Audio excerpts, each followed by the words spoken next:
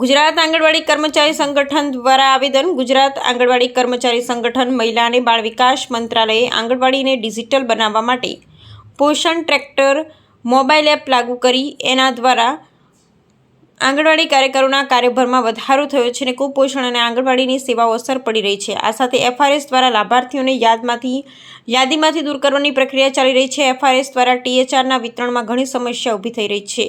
જો 100% કામ પૂર્ણ ન થાય તો આંગણવાડી કાર્યકરોની હેરાનગતિ વધી રહી છે અને કામની સામે માનદ વેતનમાં પણ કાપ મૂકવામાં આવી રહ્યો છે। એફઆરએસ દ્વારા ટીએચઆરના વિતરણમાં લાંબો સમય લાગે છે અને કારણે બાળકોનું શિક્ષણ અવરોધાઈ રહ્યું છે, જેથી અમે માંગણી કરીએ છીએ કે કેન્દ્ર પોષણ ટ્રેકરમાં સુધારો કરે અને એફઆરએસ સિસ્ટમ દૂર કરે। સરકાર દ્વારા આપવામાં આવેલ મોબાઈલ કામ કરતા નથી, તેમજ આંગણવાડી વિસ્તરણના ઘણા ભાગોમાં નેટવર્ક પણ આવતા નથી, ડેટા અપલોડ થતા નથી, જે રાષ્ટ્રીય બાળ સુરક્ષા કાયદાનું ગંભીર ઉલ્લંઘન છે। આ એફઆરએસ પ્રમાણપત્રની જરૂરિયાત તાત્કાલિક રદ કરવી જોઈએ અને આંગણવાડી કાર્યકરને નવો મોબાઈલ આપવો જોઈએ। સાથે સાથે સુપ્રીમ કોર્ટના આદેશ મુજબ આધાર અને ચહેરાની ઓળખ વગરના તમામ લાભાર્થીઓને ગુણવત્તાયુક્ત પૂરક ખોરાક આપવો જોઈએ। 3 થી 6 વર્ષના બાળકો માટે પૂરક ખોરાકનો દર અને માત્રામાં સુધારો કરવો જોઈએ અને વસ્તી ફુગાવા મુજબ અનાજ ચૂકવવું જોઈએ, જેથી કુપોષણ ખરેખર નાબૂદ થઈ શકે। આંગણવાડી કાર્યકરોને સુપરવાઇઝર તરીકે બઢતી આપવા માટે 45 વર્ષની વય મર્યાદા દૂર કરવી જોઈએ,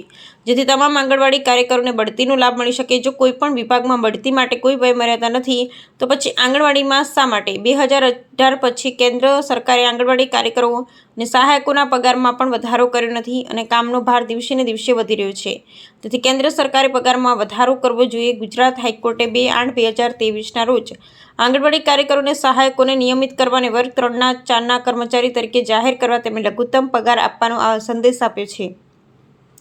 તેનો અમલ થવો જોઈએ। હમણાં જ ગુજરાતમાં આંગણવાડી બહેનોને બીએલઓનું કામ કરવાનો આદેશ આપવામાં આવી રહ્યો છે। દરેક પ્રોજેક્ટમાં 40% કામદારોનો આદેશ આપવામાં આવી રહ્યો છે। આ તાત્કાલિક બંધ થવું જોઈએ। તેની અસર મોટાભાગે કુપોષણ પર પડી રહી છે। તેથી ભારતના ચૂંટણી પંચને ભલામણ કરો કે આંગણવાડીને બીએલઓના કામમાંથી મુક્ત કરવામાં આવે અને તાત્કાલિક કોઈ અન્ય કર્મચારીને આપવાની વ્યવસ્થા કરવામાં આવે। અનેક માંગણીઓને લઈ આવેદન આપવામાં આવ્યું। Bureau report, Gordhanbhai Patel.